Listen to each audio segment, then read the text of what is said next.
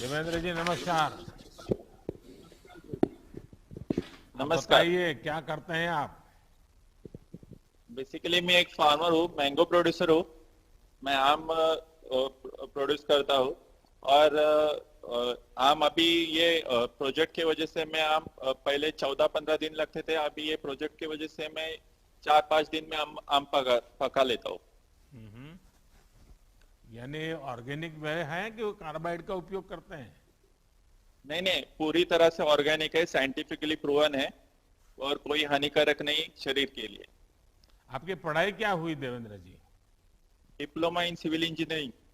अच्छा, फिर आप खेती में लग गए। हाँ। पिताजी पहले से ही खेती करते थे। उसके बाद मैं और मेरा भाई और पूरी फैमिली लगती है फार्मिंग में सब, मैंगो आप और कैशू। आप फसल पकाने का काम करते हैं तो फसल कभी कभी खराब भी हो जाती होगी। फल को पकाते हैं आप तो। हाँ, होती थी, पहले होती थी। हम्म। जो हम पकाते थे तो उस टाइम थोड़ा सा यानी 20-30% खराब होने का चांसेस था। लेकिन अभी ये राइपनिंग चेम्बर्स की वजह से क्या हुआ, उसमें 28 to 30 डिग्री का टेम्परेचर मेंटेन रहता है। तो उसमें स्पॉन्जी टिश्यू का जो इशू रहता है एक्सेसिव टेम्परेचर की वजह से, वो बिल्कुल चला गया। 28 to 30 डिग्री मेंटेन होता है और उसमें स्पॉन्जी टिश्यू निकल गया है सब। तो आपके किसानों को मालूम है कि अब लोग ये कार्बाइड के द्वारा पकाए हुए फल खाना पसंद नहीं करते हैं। ऑर्गेनिक वे में पके हुए फल खाना पसंद करते हैं और इसलिए उनको पैसे ज्यादा मिलते हैं क्या किसानों को। हाँ बिल्कुल। अभी समझो हमने खुद का अभी प्रोडक्ट बना दिया। अभी मैंने क्या किया है, मार्केट बना दिया है। मेरा जो ब्रांड है उसका नाम लग दिया श्री विश्वेश्वर मैंगोज। और उसके ऊपर मैं लिख सकता हूँ कि साइंटिफिकली प्रूवन ऑर्गेनिक राइपन, ऐसे लिख सकता हूँ। और जो क्या है अभी, जो इसमें राइपनिंग चेम्बर में पकाते हैं वो आम एकदम गुड क्वालिटी का निकलता है। तो उसमें जो विष जो होता है कार्बाइड की वजह से, वो होता नहीं है। और यानी पूरा हानिकारक नहीं है, एकदम सेफ है। देवेंद्र जी ये बताइए कि आपके मन में ये विचार कैसे आया कि आप ये फल पकाने का प्रोजेक्ट शुरू करें। सर ये एक प्रॉब्लम आया था। अभी देखो कोविड का पीरियड आ गया। कोविड की वजह से मंडियां बंद रही। तो अभी करने का क्या। तो एग्रीकल्चर डिपार्टमेंट ने रत्नागिरी में से बहुत अच्छा काम किया। उन लोगों ने हम फार्मर लोगों का जो फोन नंबर्स वगैरह है वो डिस्ट्रीब्यूट किया हाउसिंग सोसाइटी में। तो उसकी वजह से हाउसिंग सोसाइटी की उधर से हमको फोन आना शुरू हो गए कि हमको आम चाहिए करके। लेकिन उनको आम पका के चाहिए था। तो हमको उस वक्त मेरे पास राइपनिंग चेम्बर नहीं था, तो मैं दूसरी जगह जाता था पकाने के लिए, या अपने अलग लगा लेता था आड़ी। तो उसमें 10-15 दिन लगते थे, तो वो मेरे को टाइम कंज्यूमिंग लग रहा था। तो सोचा चलो अपना राइपनिंग चेम्बर हो सके।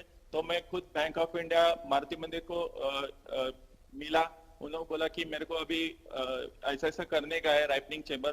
तो वो बोले कि एग्रीकल्चर इंफ्रास्ट्रक्चर करके एक स्कीम है, उसमें आप ये कर सकते हैं प्रोजेक्ट। तो मैं प्रोजेक्ट कर सका और मेरे को फायदा भी हो गया उससे।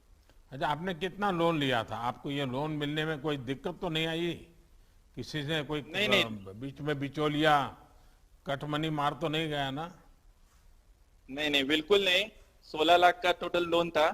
और कोई प्रॉब्लम भी आई नहीं। जैसे मैं बैंक में गया तो बैंक ने मेरे को खूब अच्छी तरह से कोऑपरेट किया। उन्होंने 2 हफ्ते में मेरा लोन सैंक्शन कर दिया। और पोर्टल में भी उन्होंने भर दिया सब। देवेंद्र जी आप इंजीनियर हो गए और खेती में वापस आ गए तो माताजी पिताजी को थोड़ा नाराजगी तो हुआ होगा शुरू में।